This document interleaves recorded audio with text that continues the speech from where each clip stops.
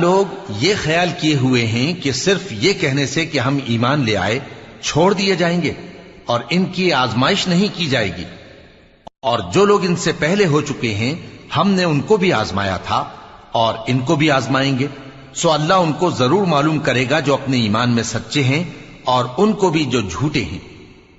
کیا وہ لوگ جو برے کام کرتے ہیں یہ سمجھے ہوئے ہیں کہ یہ ہمارے قابو سے نکل جائیں گے؟ جو فیصلہ یہ کرتے ہیں برا ہے۔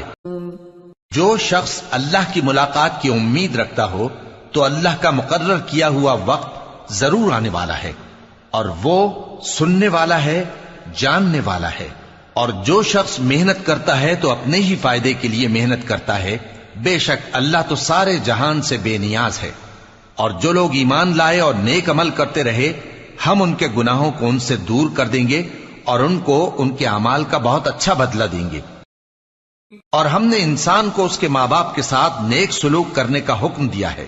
اے مخاطب، اگر تیرے ماں باپ تجھے مجبور کریں کہ تو میرے ساتھ کسی کو شریک بنائے جس کی حقیقت کی تجھے واقفیت نہیں تو ان کا کہا نہ مانیو۔